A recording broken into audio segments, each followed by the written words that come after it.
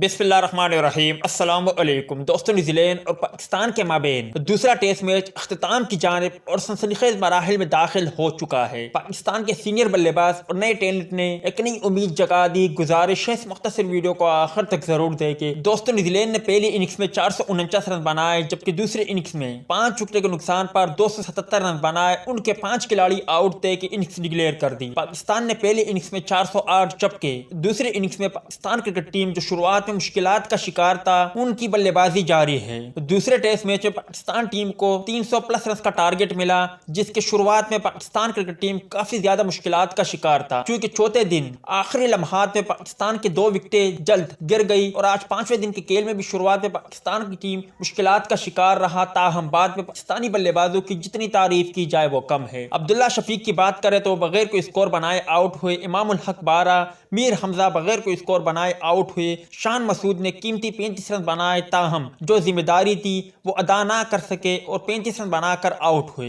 बाबर आजम ने 27 रन बनाए और वो भी आउट हो गए। ताहम इस दौरान साउथ शकील और सरफराज अहमद की जितनी तारीफ की जाए वो कम है। खास तौर पर सरफराज अहमद ने बहुत ही शानदार और जिम्मेदाराना बल्लेबाजी का मुजाहरा किया। उन्होंने साबित किया और बता दिया कि वो मैच विनर भी है और साथ ही साथ एक सीनियर बल्लेबाज है। उन्हें अंदाजा है कि किस वक्त क्या करना चाहिए। दोस्तों, आप भाइयों को क्या लगता है कि इस मैच में अब पाकिस्तान की टीम कामयाबी हासिल कर पाएगा या नहीं? इस हवाले से कमेंट सेक्शन आपके कमेंट्स का मुंतजर रहेगा।